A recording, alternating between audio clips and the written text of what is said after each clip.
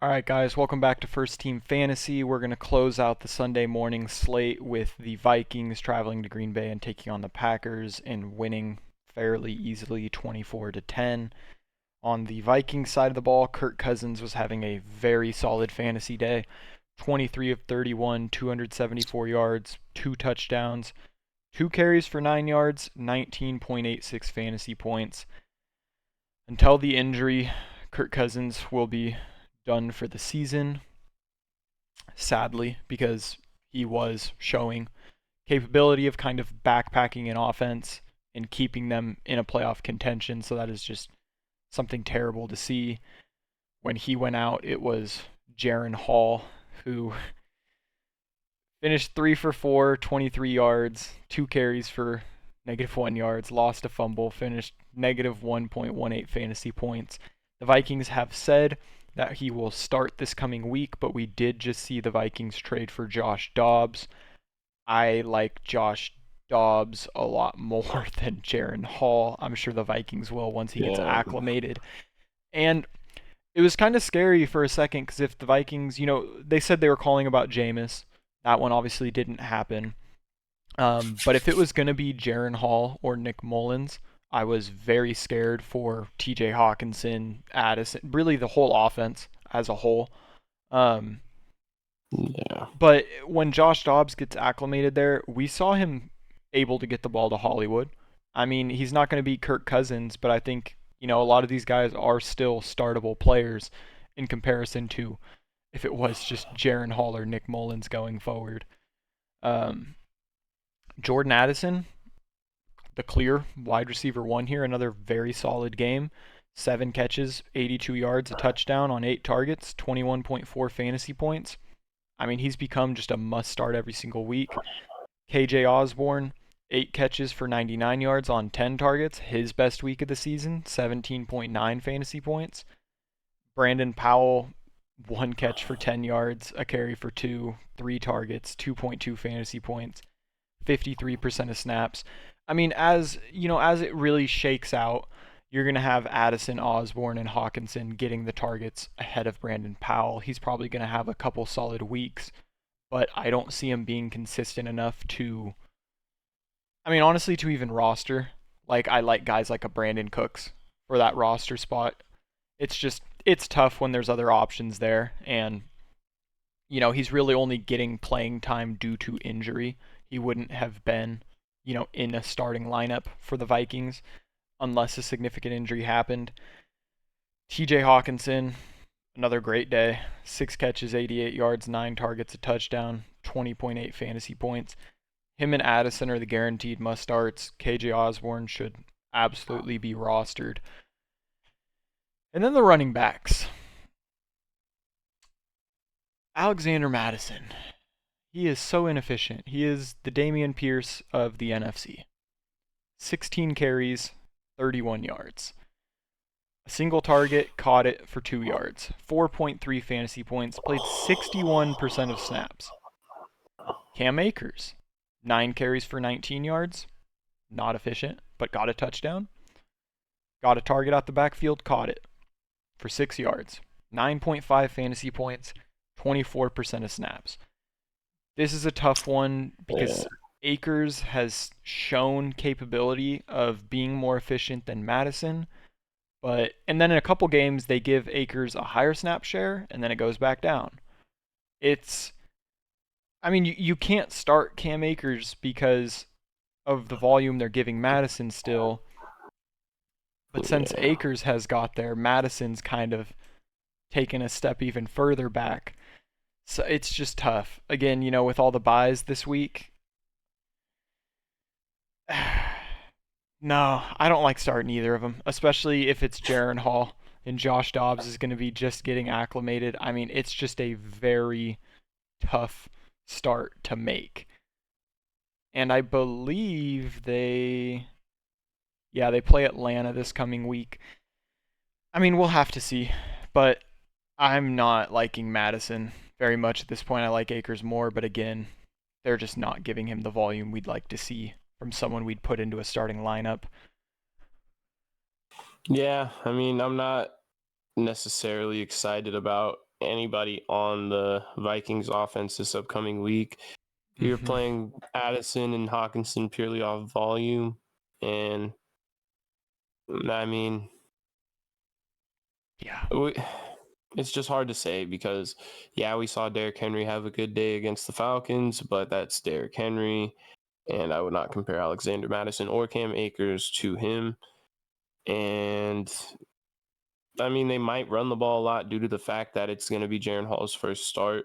And they did say that he will be starting. Mm-hmm. So, I mean, we'll see. It's not a week that I'd like to take a chance on a guy like Powell. Even KJ No. Osborne, I'd be hesitant to start this week. But yeah. It's just what it is. It's not like he was a highly touted rookie, getting his start. It's because of injury, because Nick Mullins is on, because he's been out. Uh, Yeah, yeah. that's the only reason he's getting thrown in. So we'll have to see. Someone that has started the whole I season, mean, they traded for Josh Dobbs. It that just shows must that, it's like red alert area. yeah. So yeah. No, yeah, and then someone who has started the whole season and kind of cooled off is Jordan Love. Uh, 24 to 41, 229 yards, a touchdown, an interception, 4 carries for 34 yards. He does have some rushing upside. 15.56 fantasy points. By no means a terrible day, but I don't know. It's one of those games where, I mean, the Packers offense just hasn't shown ability to score on a regular basis, and that is cause for concern. When your star receiver, Christian Watson, gets 3 catches for 33 yards on 8 targets and finishes with 6.3 fantasy points against the Vikings, Yeah. it's, I mean, it's just tough. And then Jaden Reed actually had a very solid game. 4 catches for 83 yards on 6 targets, 12.3 fantasy points. He played 78% of the snaps. That was the big, kind of green flag I'd seen from him, was getting that much volume out there and being out there for that long. I mean, Yeah.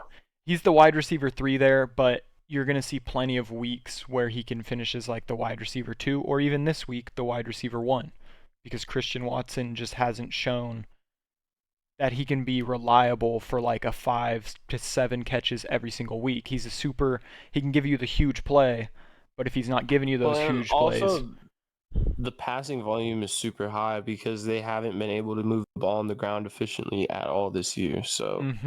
and they're always like behind in games in positions where they're forced to pass the ball. That's why guys like Jaden Reed are viable because, I mean, they have no choice.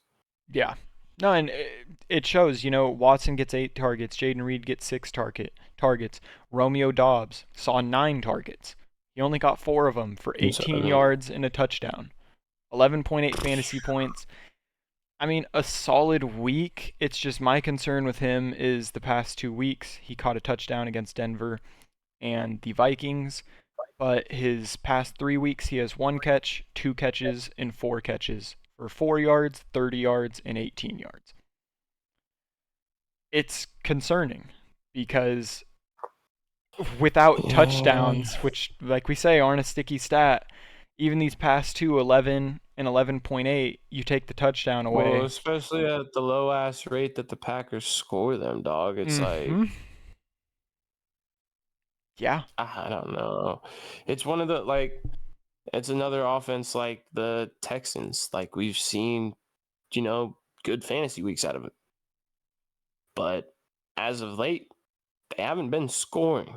And it's like, okay, what are we doing here?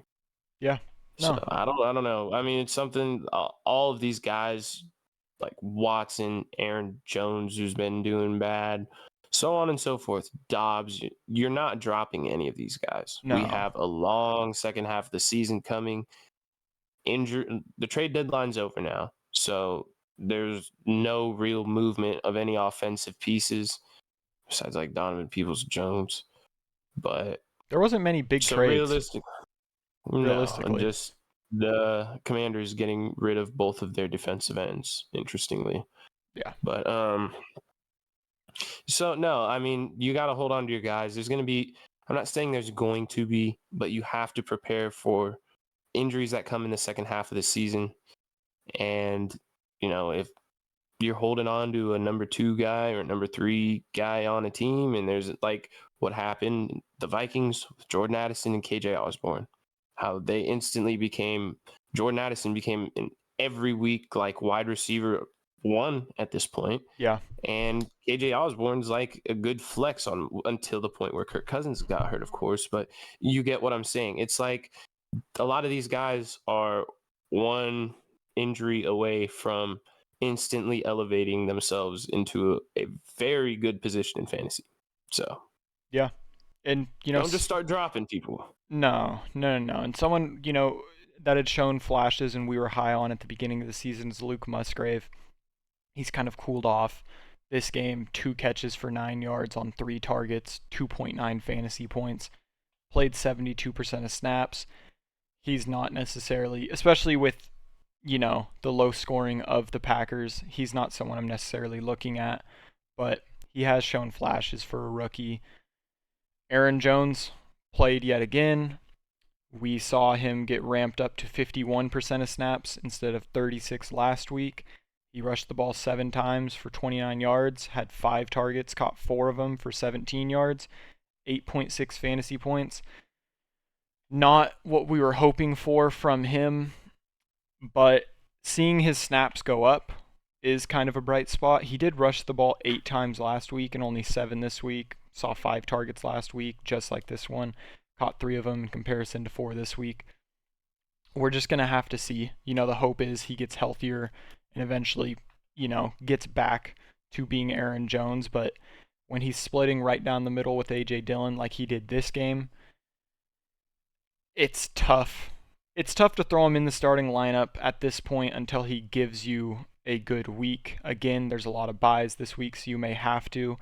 And, back-to-back 8.7, 8.6 weeks don't absolutely kill you.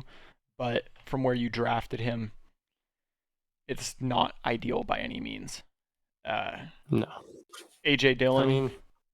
I mean, Aaron Jones could be like a guy who in the like someone who you can go out and acquire for kind of cheap right now. He's already had his buy.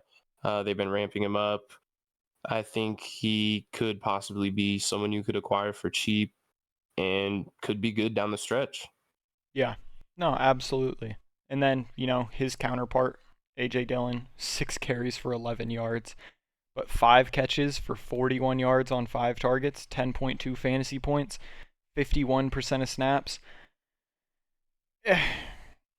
They play the Rams next week. We're just going to have to see if Aaron Jones continues to get ramped up a little bit. It's just a scary backfield. Like, going into next week, would you feel more comfortable starting Aaron Jones or A.J. Dillon? I mean, I feel more comfortable starting Aaron Jones. Yeah. But I don't hate the A.J. Dillon start at this point.